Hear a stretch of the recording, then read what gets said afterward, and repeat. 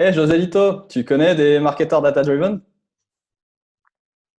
Putain, sérieux, Philippe, tu vois, je me pose la question en vrai. Je relis le titre et je me dis que c'est une imposture, ce titre. Je connais des marketeurs qui voudraient être data-driven, mais en vrai, je connais pas beaucoup de marketeurs data-driven. Euh, donc, euh, donc là, tu vois, d'un seul coup, j'ai un petit doute, mais c'est pas grave. Ce que je te propose, c'est que je te raconte les marketeurs que je croise et que finalement, euh, tu me dises comment ils pourraient devenir marketeurs data-driven. Ça te va? Ça me va? Raconte-moi tout. J'adore raconter. Bah, tu sais, quand on a écrit l'article, on en a vu plusieurs, mais aujourd'hui, je te propose de ne pas regarder les 6. Je te propose qu'on regarde les plus fréquents, en tout cas, dans mon monde, hein, parce que je sais que nos mondes sont un peu différents, mais dans le mien, on est sur de la petite PME ou de la belle PME, ça dépend. Et ce que je rencontre, souvent, c'est l'un des premiers types. Vas-y, si tu défiles, que je revienne dessus au fur et Le à monocle, mesure, parce que j'avais plus son nom, le le lifter. data jet lagué. Ouais. Alors, le data jet lagué, ça pourrait être moi en fait, parce que tu vois, j'ai bientôt 49 ans, donc je suis pile dans le créneau data jet lagué. Je pourrais te dire, voilà, je pige rien en fait. Voilà, je suis trop vieux pour ces conneries. Et c'est un truc d'informaticien. Et très honnêtement, quelques années en arrière, euh, quand Google Analytics est devenu vraiment compliqué, d'accord, je me suis rendu compte que j'allais pas très loin dans le raisonnement. J'ouvrais mon Google Analytics, je regardais le truc et j'avais deux, trois informations. Puis quand j'ai commencé à fréquenter des lascars comme toi, je me suis dit, ah ouais, mais je suis une truffe en fait. J'y pige rien, c'est des maths, c'est technique, etc. etc. Euh, donc j'aimerais bien que tu m'expliques ce que tu as réussi à faire avec moi en fait. Comment tu as réussi à faire sur moi et sur certains de nos clients. Comment tu as dédramatisé un peu ce côté waouh, la data, c'est de la data science, c'est des matheux, etc., etc. Comment on peut emmener finalement un data jet lagué, un data un peu perdu là, qui se dit ouais, quelle heure il est. Euh, Comment je peux l'emmener à s'intéresser au sujet et à commencer à se détendre sur cette question-là? Le harcèlement. Alors, pour les plus Je te proactifs en tout confirme. cas, ouais, il y a deux choses. J'entends que tu parles de, ça coupe. J'entends que tu parles de maths, d'informaticiens, etc. Donc, je pense qu'il y a une partie dédramatisée. Ça, c'est une chose. Ouais. Ensuite, il y a être quand même convaincu que c'est utile. Euh, et on fera peut-être une vidéo juste pour ça après tout. Et enfin, une fois qu'on est convaincu que c'est utile et qu'on a dédramatisé, il faut commencer à mettre la donnée dans sa vie de façon récurrente. C'est comme le sport, comme l'anglais. Je sais que tu pratiques les deux. Donc voilà, comme le sport, comme l'anglais, il faut l'intégrer dans son quotidien, il faut créer des routines, il faut y aller doucement parce que le cerveau n'apprend pas en un jour. Et surtout, il faut être régulier parce que les petits progrès s'accumulent et se renforcent mutuellement. C'est les intérêts composés, compound effect. Et puis ça suffit, quoi. Il ne faut pas trop s'en demander, il ne faut pas hésiter à faire de la merde à court terme parce que au début, tes données ne seront pas valides, parce qu'au début, ce que tu feras Voilà. n'aura pas beaucoup d'intérêt pour ton business, n'aura pas d'impact, mais par contre, tu es en phase d'apprentissage, donc tu es un apprenti. Bon, ok. Par où je commence? Parce que voilà, tu t'imagines, je suis dans une boîte, je fais du marketing. Alors, j'allais dire, je suis jeune ou pas, j'en sais rien, parce que franchement, Il n'y a pas d'âge, hein.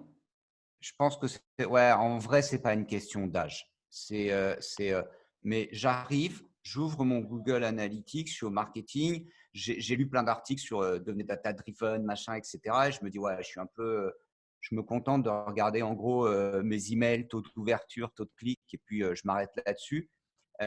Quand tu arrives sur un Google Analytics, toi, c'est tous les jours, c'est ta life. Mais si tu arrives sur un Google Analytics que tu maîtrises pas trop, euh, par où je commence? Qu'est-ce que je regarde quoi pour me faire la main? C'est quoi le Duolingo tu vois, de la data finalement? Tu peux commencer à regarder des rapports standards dans Google Analytics, ça suffit. Euh, des rapports de trafic pour commencer. D'où vient le trafic? Il faut regarder la Search Console aussi, qui sont des données vraiment utiles pour tout ce qui est trafic organique et qu'on ne retrouve pas dans Google Analytics. Voilà, et D'accord. puis comprendre les différents chiffres et les dimensions. Et aussi, l'aspect de Duolingo, c'est de comprendre les termes. Qu'est-ce qu'une dimension? Qu'est-ce qu'une métrique? Qu'est-ce qu'un segment? Qu'est-ce qu'un rapport? Qu'est-ce qu'un compte? Qu'est-ce qu'une propriété? Qu'est-ce qu'une vue? Tout ça sont des choses assez simples, mais il faut les apprendre. J'ai pas On le avait temps au sorti. quotidien. Je vais te faire la réponse de j'ai pas le temps au quotidien. Si tu n'as pas le temps, c'est foutu. Donc, dans ce cas-là, laisse tomber, reste jetlagué. C'est comme l'anglais et le sport. Si tu n'as pas le temps pour le sport, tu seras pas aussi fit que si tu as le temps. Et si tu n'as pas le temps pour apprendre l'anglais, tu parleras jamais anglais, c'est tout. Donc, C'est soit, l'argument qu'on me sort. mais Après, tu c'est vois une ce que je veux blague. dire, je capte, hein, Qui n'a pas une demi-heure par semaine? Parce que c'est ça le volume, ça d'accord. suffit. Donc, tu es en train de me dire que si j'y mets 30 minutes par semaine, mon niveau de jet lag va diminuer et je peux déjà en 30 minutes par semaine commencer à rentrer dans une habitude. Je veux bien que tu me remontes ce que tu as Ouais. montré, là, le dashboard Mais pour répondre à DDD. ta question, oui, chaque semaine, habitude, une demi-heure, 25 heures sur l'année. 25 heures, c'est pas beaucoup, mais le fait que ce soit chaque semaine crée une habitude et le cerveau va commencer à D'accord. intégrer les catégories qui vont bien. Et si je devais regarder un truc, ce que tu as montré, c'est quoi? Alors ça, c'est un rapport parmi d'autres qui a été un petit peu retravaillé là dans Data Studio, mais c'est un rapport Analytics. C'est le temps d'engagement sur des pages, mais peu importe ce que c'est. Ce sont des courbes empilées. Juste en regardant ça régulièrement, ton cerveau s'habitue à voir des courbes, à lire des courbes. Qu'est-ce qui change? Qu'est-ce qui bouge? Qu'est-ce qui monte? Qu'est-ce qui descend? Quand? Pourquoi? Alors le pourquoi vient après, mais justement, il faut se demander, je vois quelque chose, je comprends ce que ça peut être, je commence à formuler des hypothèses du pourquoi. Je sais pas, là, tu vois à droite le petit triangle bleu, c'est un canal qu'il n'y avait pas avant. Pourquoi il est là? Pourquoi il n'était pas là avant? Il y a forcément une raison. Celui que tu appelles entre en dessous du C'est vert, là, le email, c'est ça? Ouais, ouais. Ok, d'accord. Tu Ah vois, ouais, d'accord. Ça il est à apparaît 0 d'un en seul coup en novembre. novembre Hop, 2019 il est là et il et monte. bim. Pourquoi? Qu'est-ce que ça veut D'accord. dire? Qu'est-ce que ça veut dire? Peut-être que ça veut rien dire, peut-être que les données sont inconséquentes. Il y a plein de choses qui font que ça peut ne valoir rien dire. Et si tu es jetlagué, ça suffit largement. C'est ce qu'il faut faire là, tout de suite, maintenant. Euh, comprends ce que tu regardes, même si c'est trivial, même si c'est inconséquent. Ok. Et pas avoir peur du pourquoi, en fait. Finalement, je suis data jet lagué. Euh, Genre, Assume. c'est C'est peut-être même la première la étape, c'est série assume. Outlander là sur Netflix. C'est imagine, tu es projeté, en fait, tu vis au 20e siècle, on te projette au 17e ou inversement, tu es au 17e siècle et du jour au lendemain, tu arrives dans C'est le quoi 20e ça? siècle. Tu te dis, Attends, il waouh, faut que je qu'est-ce qui regarde se ça, passe? c'est génial. Tu as regardé un peu? Euh, Ça, c'est Outlander. Faudra que tu regardes, c'est assez rigolo. Euh, Ah ouais, j'adore le mais c'est pitch. vrai que c'est la question ouais, Moi, qu'est-ce je qui suis se passe si je Netflix suis jetlagué. Hein. projeté Je suis dans deux siècles avant ou 2 siècles après, comment je m'adapte en fait. Ok, va pour le data de jet lagué. Alors, Il va celui que je pour Attender. rencontre, si tu fais défiler un peu l'article, alors il y a le data myop, mais on en parlera dans une autre vidéo. Le data driven aussi, c'est pas le sujet. Ouais, alors le data sceptique, euh, c'est pas un data hostile. Ça, c'est un profil que j'ai rencontré assez souvent. Euh, et là, pour le coup, c'est plus un senior. Alors après, tu as des jeunes qui sont déjà imbus de leur personne, des vraies têtes à claque, mais ils savent rien, ils savent déjà tout. Mais généralement, c'est plus un senior qui se dit mais ça va votre truc, ça va, je veux bien, je suis pas hostile à la data, mais par contre, j'en ai pas besoin, je me fie à mon intuition. Alors, soit c'est un marketeur, mais très honnêtement, c'est plutôt un sales qu'on va rencontrer dans les organisations. Et pour avoir fait les deux métiers, je peux taper sur les deux en même temps, je m'en fous. Mais c'est vrai que c'est plutôt le sales qui va dire non, mais laisse tomber, je connais bien mon public. Ou au marketing, j'en ai rencontré il n'y a pas longtemps qui est non, mais ça va, mes segments, ça fait des années que j'ai mes segments, ça tourne, j'ai ma base, je les connais par cœur. Qu'est-ce que je vais aller me faire chier, aller regarder de la data alors que je sais exactement où je dois aller.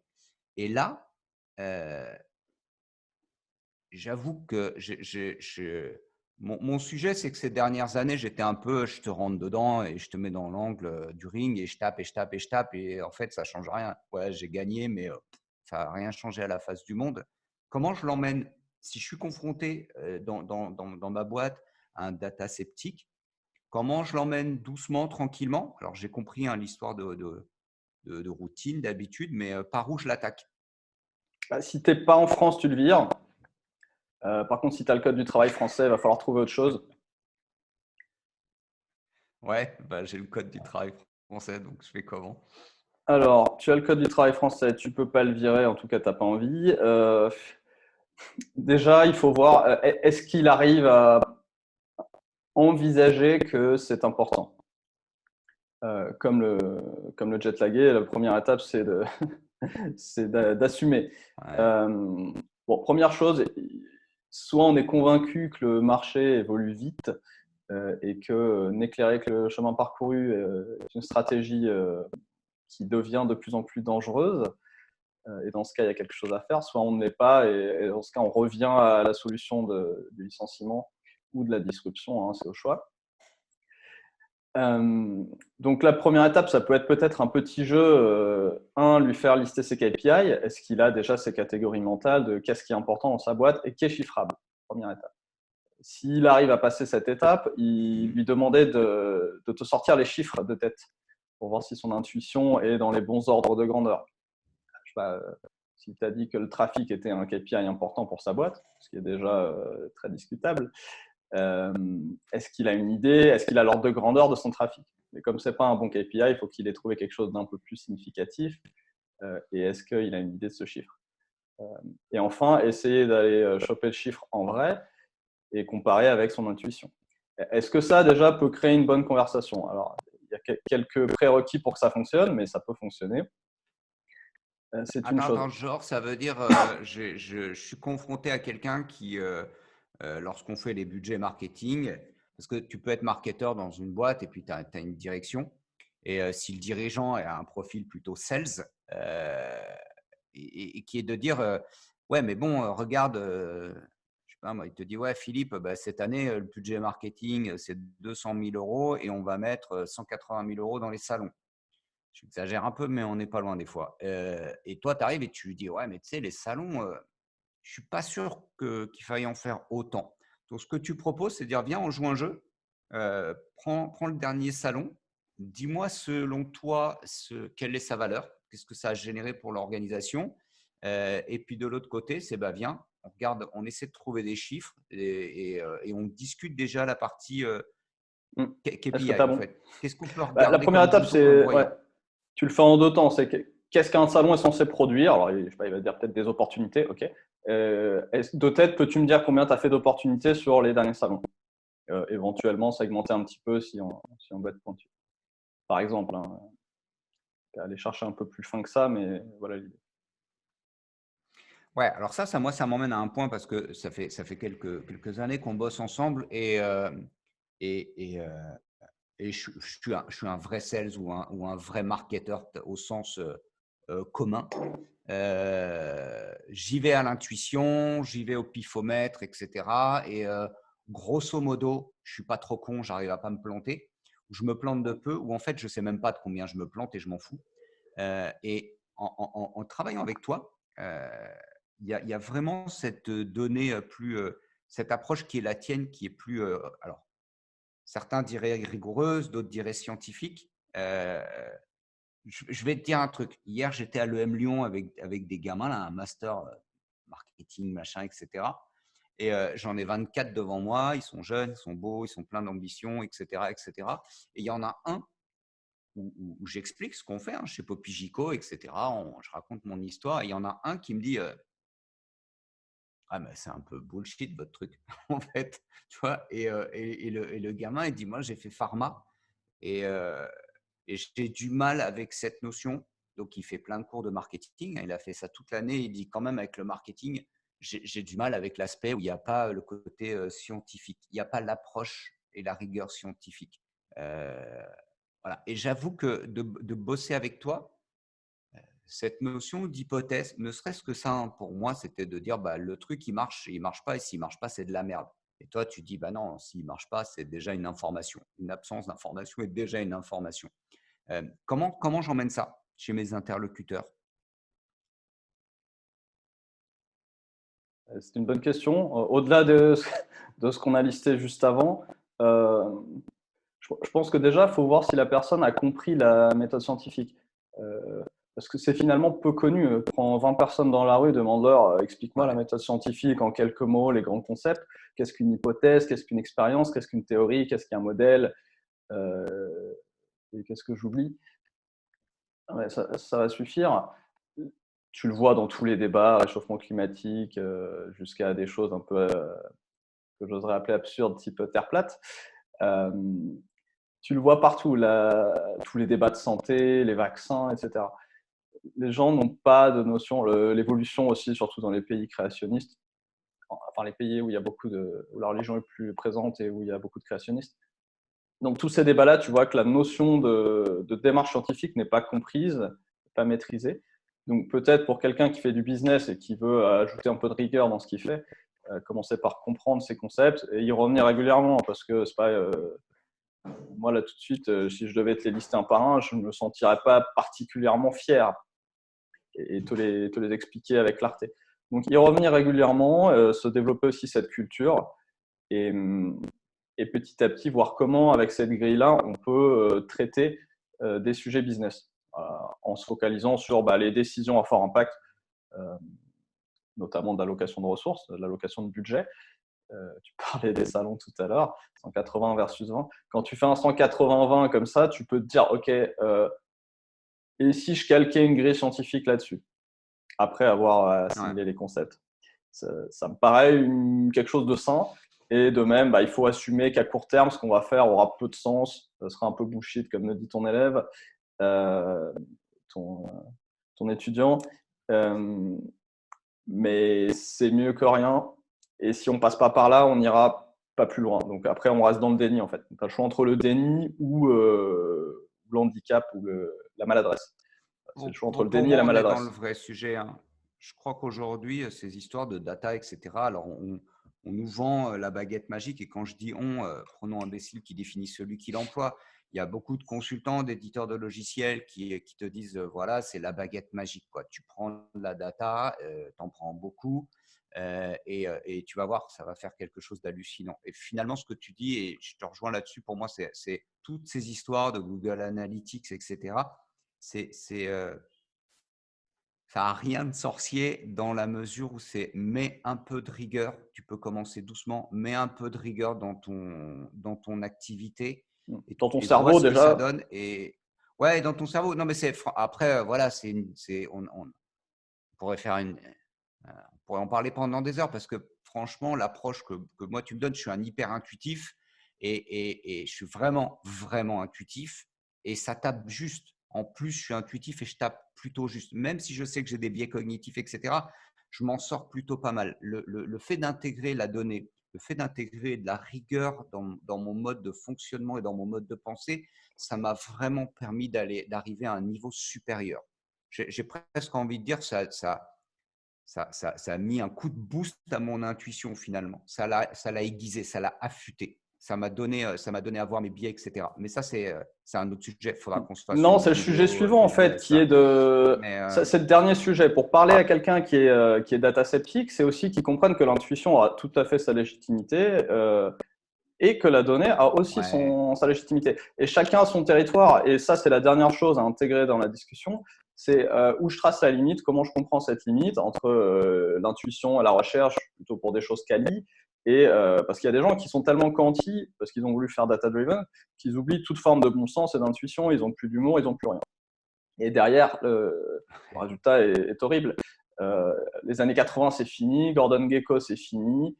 Le quanti pur et dur, il a eu son edge il y a 30 ans, mais voilà, je suis né à cette époque et à l'époque, je faisais pas de marketing, quoi, donc trop tard. Mais par contre, il faut trouver cette limite, il faut la comprendre, il faut en parler. Ok, est-ce que ça relève du quanti? Est-ce que ça relève du quali? Est-ce que je dois le mesurer?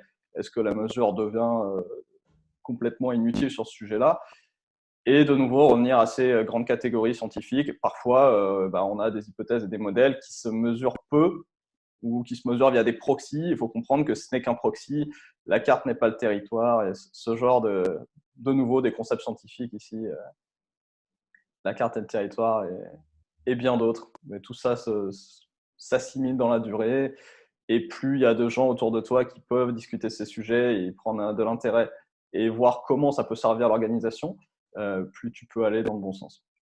Voilà comment devenir data-driven quand on n'y croit pas trop. Quand on n'y croit pas. Alors, le dernier, le dernier, je le kiffe. Le dernier, je le kiffe si tu fais défiler l'écran. Alors, Data Hypo, on en reparlera dans une autre vidéo. C'est Ouais. intéressant aussi. C'est le pote du sceptique. C'est le sceptique qui a pris un peu qui s'est pris au jeu. Qui s'est pris. Ouais, c'est ça. Alors, il y a le data blindé de pognon. Alors là, le data blindé de pognon, c'est pas compliqué. Il a une raison d'être, en fait. Dans la plupart des organisations, les entreprises sont structurées pour acheter des outils, en fait. Ils ont des process, on sait faire un cahier des charges, on sait faire appel à des consultants, on sait challenger des éditeurs de logiciels, blablabla. Donc, c'est un réflexe évident de dire « Ok les gars, on devient une data-driven compagnie, il n'y a pas de souci. Alors, c'est parti. Tu vas aller me regarder un petit coup sur le Gartner, tu vas aller me regarder sur Internet, tu vas me faire une checklist, tu vas sur Advisor s'il te plaît et dis-moi, qu'est-ce que je prends ?» Alors, et là, c'est parti. Est-ce que je prends Tableau? Est-ce que je prends Kill? Qu'est-ce que je prends? Machin, bim, truc, ça va dans tous les sens. Et quand tu arrives dans cette boîte et que tu tombes sur un marketeur de ce calibre, il te dit « Ah, moi, papa, je suis tranquille. » Alors, franchement, j'ai le CRM, la version top, alors j'ai Salesforce. Salesforce, il est connecté à Marketo. Marketo, il est connecté à Tableau. J'ai fait toutes les intégrations. J'ai embauché des gens pour faire tout le bordel. T'inquiète, moi, je maîtrise. Cette année, j'ai mis 100K dans les outils, donc forcément, top du top. Alors, 100K dans les outils, tu ne dois pas l'avoir tous les jours non plus, celui-là. T'en as vu? Tu serais surpris. Monte un peu dans les tours, hein, va dans des grandes organisations. Hein. Là, on sort du cadre de la PME. Moi, je n'évolue pas dans des hautes sphères comme toi. On prend les ratios, Philippe. On prend les ratios qu'on trouve dans des PME. Si tu prends la dernière étude là, de chez Pledzi, je n'ai pas le chiffre exact en tête, mais sur un budget market, les outils, c'est 20%. Une connerie dans le genre. Ça, c'est une moyenne. Il faudra qu'on redonnera le chiffre exact. Mais tu vois souvent, quand tu analyses un budget market, ça peut être au-delà de « ouais, j'ai pris Mailchimp dans la version plus parce que je veux des stats ». Il y a quand même, je m'accroche aux outils, je les paye, je vais chercher des trucs. Enfin, combien tu vois d'organisations, ils te prennent une licence SEMrush, des machins, ils en mettent des kilotonnes et à la fin, le truc qui est complètement hallucinant, c'est mais tu mesures quoi au juste? Enfin, comment tu prends tes décisions? Et là, il y a une espèce de dissonance cognitive entre la quantité d'outils que tu vois, la quantité de data que tu vois, et la personne se sent data quelque chose parce qu'elle a les outils, quoi. Et ça, j'ai du mal, bien souvent. Comment j'attrape cet interlocuteur et sans le casser en deux, lui dire c'est peut-être pas la bonne approche. Si on revient aux métaphores sportives, c'est comme celui qui achète un très beau vélo ou autre outil en début d'année, mais tu as déjà l'impression d'avoir perdu 2 kilos juste en achetant le vélo, quoi. C'est ça, ouais. Et à la fin, on arrive au mois de juin, tu arrives sur la plage et tu as la bedaine et tu dis bah merde, j'ai dû rater quelque chose. Et puis tu as 3 cas en moins. Le beau vélo, il a pas de boue sur les garde-boue, il a rien. Par contre, il a de la poussière, hein, ça c'est sûr, hein, il fait joli. Hein. Où il est dans ton salon et tu fais un petit côté hipster en disant t'as vu, je vis dans un loft et j'ai un beau vélo. Alors, ouais, j'aime bien le titre. Devenir data-driven quand on a trop de fric. Comment on fait pour emmener ce côté arrête d'acheter, de te rassurer et commence à activer ton cerveau. Ouais, je vois deux, trois choses ici. Alors, il y a la partie, déjà, challenger les ratios, donc le ratio outil-cerveau. Alors, un fameux analyste américain avait proposé un ratio 90-10. Alors, chacun vend sa soupe, hein, mais je pense que ce n'est pas déconnant parce que, surtout dans le domaine de l'analyse de données, les outils, il y a beaucoup d'outils qui sont tout simplement gratuits, donc qui n'ont pas de coût en tant qu'outils. Par contre, derrière, les données ne valent que ce qu'on fait avec, et donc des process de prise de décision, des process d'analyse. Ça, c'est une chose. Ensuite, il y a le problème de savoir poser les bonnes questions, regarder les bonnes choses. Je pense qu'il y a un vrai problème ici pour les gens qui font des tableaux de fous. Je sais pas, j'avais sorti ça pour rigoler là. Ouais. Voilà. Alors, souvent, les gens qui sont Ça, excités par les outils pondent ce genre de choses.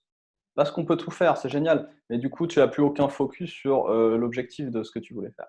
Donc, c'est une question du UX carrément. Nous, on a une partenaire UX designer, donc c'est des sujets dont on parle souvent et on cherche toujours la simplification des interfaces. Une interface qui est faite pour piloter avec les bonnes infos dans le contexte d'un mouvement relativement rapide, c'est ça, quoi. Il y a de la hiérarchie. Ici, il n'y a rien de hiérarchie, tu vois. C'est HR, c'est Human Resource, c'est pas Human Readable. Hein. Donc ça, c'est pas lisible. Il faut de la hiérarchie. Donc là, tu as un gros cadran, un deuxième gros cadran, mais moins intéressant, un peu de fluo juste pour te rappeler où tu es si tu as besoin de te rappeler où tu es. Tu n'as pas besoin de regarder en permanence sur quelle vitesse tu es. Juste, tu veux être sûr que tu as passé, que tu es au neutre, ça brille, donc tu sais où regarder. Voilà, tu as des petites jauges, mais elles sont petites. Tu n'as pas la jauge ici en énorme et la vitesse en tout petit. Parce que tu n'as pas d'amende pour tomber en panne d'essence. Quoique. Donc voilà, ça c'est le meilleur exemple que tout le monde connaît, ou presque tout le monde. Si vous avez un deux roues, c'est pareil. Ouais, sauf que toi, moi, c'est pas. Enfin, si tu as une PME avec 150 collaborateurs, c'est pas une bagnole, hein, ton truc. Enfin, il y a plein de choses à piloter, il y a plein de choses à gérer. Et, je capte hein, l'analogie, je la prends, mais une voiture, c'est assez simple. Une boîte, c'est un avion de un chasse. fournisseur, t'en as. Ouais, c'est c'est un avion de chasse. Deux, ça va vite. Ça va vite. Alors, un Ouais, avion bah de ouais, chasse, ça va vite. ouais. Alors quand ça Ouais, va un vite, avion t'as de. beau avoir, vous avez tous en tête le tableau de bord de l'avion qui a beaucoup de boutons, mais à la fin, l'avion de chasse qui va vite, il a un petit HUD comme ça, et là tu vois, tu as quelques jauges en bas, un horizon artificiel qui est bidimensionnel, donc c'est très pratique, deux réglettes avec le chiffre qui se met à côté, quelques indicateurs dans un coin si besoin, et c'est tout. Et donc là, tu peux travailler vite avec des informations très synthétisées. Et je pense que les UX designers de chez Northrop sont assez forts pour le coup. Mais bon, on trouve la même chose chez les Russes. Donc, ce que tu me dis, c'est que finalement, je peux, avec un outil gratuit, alors Google Analytics ou autre, je ne sais pas, mais en tout cas, voilà, on parle de Google Analytics dans notre article. Donc, je prends un Google Analytics en mode gratuit. Si je mets de l'UX dedans, si je fais l'effort, et là, j'imagine que, enfin, pour moi, UX, ça veut dire, je veux mesurer quoi en fait? Ça implique que je m'interroge. Oui, on parle des ouais. Et vanity metrics. hiérarchise. Ça Et implique que hiérarchise. je m'interroge sur mon business, que je me pose les bonnes questions, que je me demande qu'est-ce qui a de la valeur, et ensuite, avec de l'UX, je peux obtenir un dashboard nickel. Finalement, ça rejoint DDD. Ce produit-là, il est conçu comme ça, qui est de DDT. dire non, mais qu'est-ce que tu veux regarder ouais, on va l'appeler DDD, si tu veux bien pour l'instant, Data Driven Tempo. qui est de se dire on peut, avec des outils gratuits, si on met plus, on investit plus dans du cerveau, dans l'analyse et du bon questionnement et un peu de rigueur, beaucoup de rigueur scientifique, on a quelque chose qui ressemble à un outil de pilotage de F16 et franchement, entre piloter une Il y a organisation et ça, piloter un F16, on est equal. OK? peut-être. Je ne me prononce pas.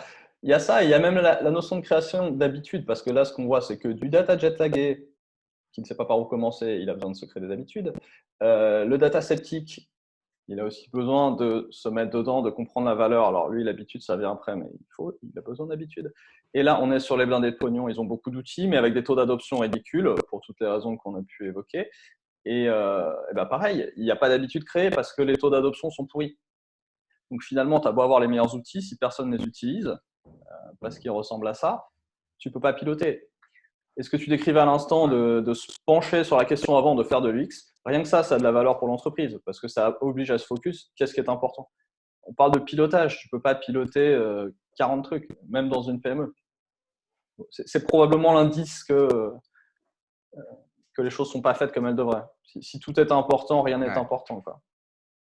Ouais, ça doit être le warning, le truc qui dit ouais, je suis en train de partir en couille et ça va pas, faut que je me remette dans la bonne direction. Il y avait cette blague, je l'ai pas ouvert, de marketingiste avec les KPI dans tous les sens, mais il y en a un qui est planqué au milieu, qui est niveau de compréhension du dashboard et il est flat zéro.